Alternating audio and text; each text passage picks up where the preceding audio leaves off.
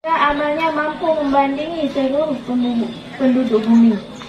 Karena hal tersebut membuat malaikat maut cinta dan rindu kepadanya. Malaikat maut meminta izin kepada Allah untuk menjumpai Nabi Idris. Setelah Allah memberikan izin kepada malaikat maut turun ke bumi menyerupai sosok manusia. Tiba di tempat Nabi Idris mengucapkan salam Assalamualaikum. Nabi Idris menjawab Waalaikumsalam. Beliau berduduk berbicara sehingga mereka berdua menjadi sahabat. Ketika Nabi Idris mengerjakan salat, malaikat maut selalu duduk di sampingnya melihatnya. Ketika hendak berbuka puasa, malaikat maut selalu membawa makanan dari surga kepada Nabi Idris. Nabi Idris mempersilahkan makan malaikat maut, tetapi malaikat maut menolaknya dengan halus. Pada suatu ketika, Nabi Idris mengajak malaikat maut untuk berjalan-jalan agar pikiran tenang.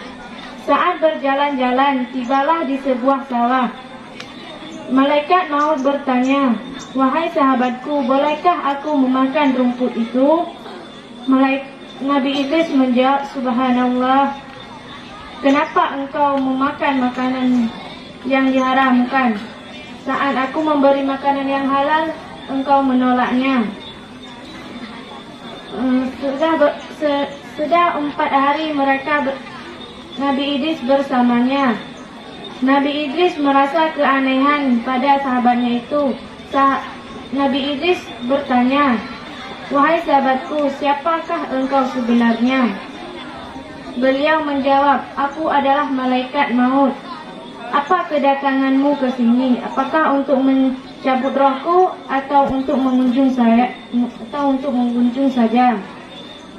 Malaikat maut menjawab, "Aku hanya mengunjung saja." Nabi Idris bertanya kepada malaikat maut, "Bolehkah kau mencabut rohku? Kalau kau mencabut rohku dan menghidupkan aku kembali." Dan mencabutlah roh Nabi Idris. Setelah mencabutnya, malaikat maut menangis dan meminta izin kepada Allah untuk menghidupkannya kembali. Malaikat maut bertanya, bagaimana rasanya? Rasanya sakit sekali, seperti seekor binatang yang dicabut bulunya. Lebih daripada itu, Nabi Idris mempunyai hajat lagi. "Wahai malaikat maut, bolehkah engkau membawa aku ke neraka dan mengembalikanku?" Dan malaikat maut membawanya dengan seizin Allah. Setelah Nabi Idris melihat seluruh apa yang ada di neraka Jahannam. Dan setelah itu Nabi Idris mempunyai hajat lagi. "Wahai malaikat maut, bolehkah engkau membawa aku ke dalam surga?" Malaikat maut menjawab, dengan seizin Allah membawanya. Setelah masuk ke dalam surga, Nabi Idris mengelilingi seluruh di dalam surga. Saat masuk, beliau meletakkan sandalnya di pohon surga. Ketika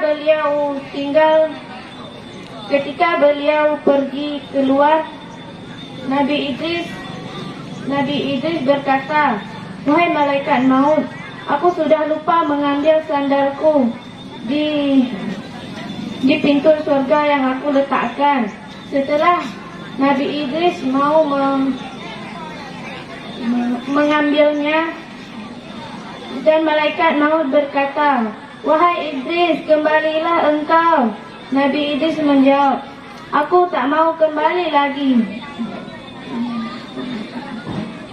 Karena Allah pernah berfirman, Kullu nafsin za'iqatul maut. Tiap-tiap yang bernyawa akan merasakan kematiannya. Dan aku sudah merasa kematianku." Dan Allah berkata, "Wahai malaikat maut, biarlah tinggal di surga karena dia termasuk orang ahli surga. Cukuplah literasi saya, lebih dan kurang saya mohon maaf. Bila taufiq wal hidayah. Assalamualaikum warahmatullahi wabarakatuh.